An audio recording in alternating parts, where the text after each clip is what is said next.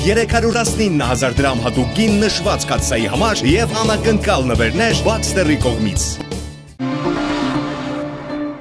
Այս ամենի ֆոնին Պուտինը պատրաստվում է գրկախառնվել իր բարեկամ Էրդողանի հետ Հայաստանի հաշվին մի հերթական առևտուրն անելու համար, իսկ Կարմիր խաչը փոքր խմբերով Երևան է փորձում հասցնել այն բուժառուներին, որոնք այլևս հնարավորություն չունեն բուժում ստանալ Ստեփանակերտում։ Այսօր ի դեպ Սոտքում մարտական գործողություններին զուգահեռ Արցախից 11 բուժառուներ ուղեկցողների հետ միասին Կարմիր խաչի միջազգային կոմիտեի միջնորդությամբ եւ ուղեկցությամբ տեղափոխվել են Հայաստան, ըստ Արցախի առողջապահության նախարարության նախատեսվում է օրվա ընթացքում Կարմիր խաչի մեքենաներով Արցախ վերադարձնել 4 բուժառուի։ Բաքուն մի կողմից ագրեսիայի է դիմում Հայաստանի ուղղությամբ, իսկ մյուս կողմից մարդասեր խաղում։ Այսօր նաև հայտնի դարձավ, որ վերջերս Հակարիի կամրջից առևանգված մեր 3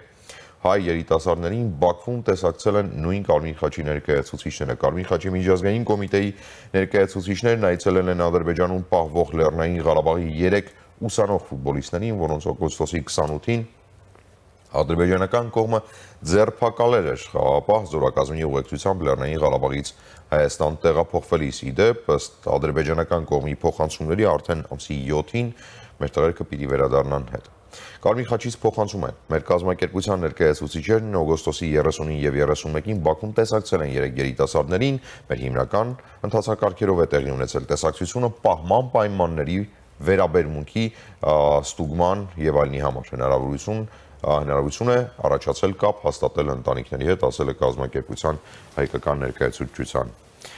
ներկայացուցիչը։ Քանի դեռ ռուս խաղաղապահների քթի տակից առևանգում են մեր տղերքին, քանի դեռ ռուսներն իրենց համար օդով սնունդ ու այլ անհրաժեշտ պարագաներ են հասցնում այդ ում Սիսիանի օդանավակայանից,